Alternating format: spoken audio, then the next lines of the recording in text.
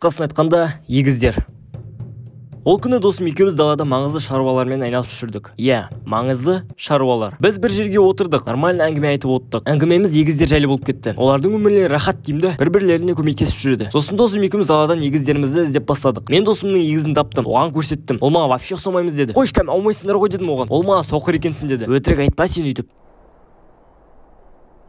Вот анау саған ұқсайды деген. Мен оған қумаш дедім. Ол шынымен деді. Мен оған қарадым. Ол да мұрт бар ғой, қай жеріміз ұқсайды? Енді сол мұртты алып тастаса тура сен сияқты болады ғой деді. Еще киімдерің де бірдей. Біз оның қасына бардық, таныстық. Досым оған маған ұқсайтынын айтты. Ол маған қарады. Оған қумасыншы деді. Кейін жігіттер менің уақытым жоқ, давайте деді. Сосын кетіп қалды. Өзінше біреу екен. Досым екеуміз бір жерде отырдық. Ол отвечаю, егіз болсаңдар бір-бірлеріңе пайда тигізіп көмектесе аласыңдар деді. Жоқ, мен түсінбедім, қай жеріміз ұқсайды? Оған просто мұртың құру керек и все деді. Оның артынан қуып алдық. Дұрыстап онымен таныстық. Досым бізге бірге тұрыңдаршы деді. Біз сөйттік. Досым екеумізге қарады. Бір-бірлеріңе қараңдар деді. Мен оған қарадым, ол маған қарады. Вообще ұқсамаймыз деді. Кейін досым екеуміз оны үйімізге шақырдық. Досым оған бритва берді. Қырынсың деген. Оған жындысың ба деді. Жылдар бойы зорға өсірген мұртты қырып не істеймін мен деді. По-любому ұратын 45 бар дедім мен оған. Ол сөйтуге кетті. Ал мен жата тұрдым. Ол келді. Досым таңғалды. Екеуміз бір-бірімізге қарадық. Досым чотам деді. Иә, кішкене. Иә, чуть-чуть ұқсастық бар шығар. Чуть-чуть? Кішкене? Малсыңдар ма? Тұрған егізсіңдер ғой екеуің. Кстати, брат, сен атыңды сұрамаппыз ғой, атың кім? Аққу.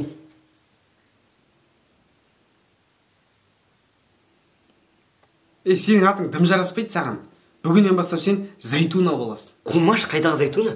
Фиг с ним. Жанболат. Нұрболат и Жанболат. Сөйтіп біз дос болып кеттік. Көп сөйлестік, көп әңгіме айттық. Бізді бәрі ағайындар деп ойлады. Менің үйімде қонып жүрді. Бірге тамақ іштік. Біз натуре ағайын болып кеттік. Бірақ бір күні мен срочно бір шаруалар бітіру керек болдым. И сол күні менде емтихан болды. Мен екеуіне үлгермегендіктен Жанболатқа емтиханға барып кеш деп айта салдым. Ол келісті. Менің орныма барып келді емтиханға. Ертесі күні мен барлық шаруамды бітірдім. Бір кезде маған колледждің директоры сұрады. Оғасқа не болды екен? Кабинетке келсін деді. Чего? Мен кабинетке келдім. Ол маған кешегі істеген ісім үшін оқудан шығарыласың деді. В смысле? Мен істедім. Өзің білмейсің ба не істегенді деп сұрады. Походу Жанболат қой бәрін білдірген. Документтерімді алып колледжден шықтым. Сразу үйге келдім. Сен кеше не істедің деп сұрадым. Неге менің колледжден шығарайын деп жатыр? Ол маған мән бермеді. Өзімен өзі қуып жүрді. Мен оған шапалақ бердім. Ол маған кеше емтихан кезінде мұғаліммен айқайласып қалғанын айтты. Неге? Білмеймін. Нұрболат, өтініш, әдепті сақтаңыз. Уже үлкен ер азаматсыз ғой, не мынау? Маған аудиториядан шығып кеттіңіз. Әйтпесе сіздің кесірінен барлық адамға өткізбей қойғам емтиханды. Сосын емтиханның қағаздарын өтеп жібердім. Сен шындысың ба? Кішкене сондайым бар, иә. Все, араласуды қояйықшы. Былай болмайды. Окей.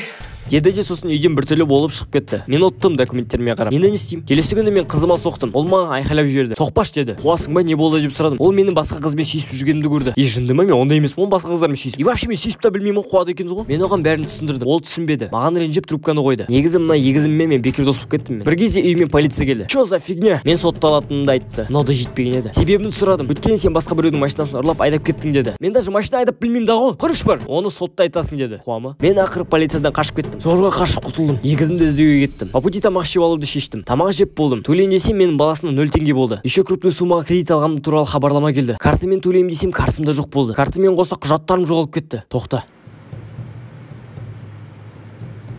Мен төлемей қашып кеттім. Қаппайлы не болып кетті? Оның бәрі Жанболаттың кесірі ғой. Қалай іздеймін оны? Бір кезде мен оны банкоматта ақша шығарып отқанын көрдім. Оны ұстап алдым. Ұрдым. Не істедің дедім. Өміріңді быч қылдың ғой дедім оған. Біз қырылдық. Жостко қырылдық. Демалдық. Тағы қырылдық.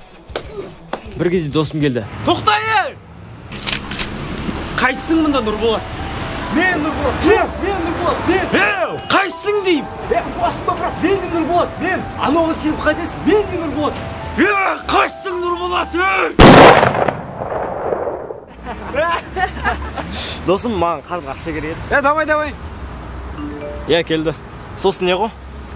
Сен негізі Нұрболатты алып тастадың. А? Мен ғой аққу. Мал екенсің. Қысқасын айтқанда, егіздер.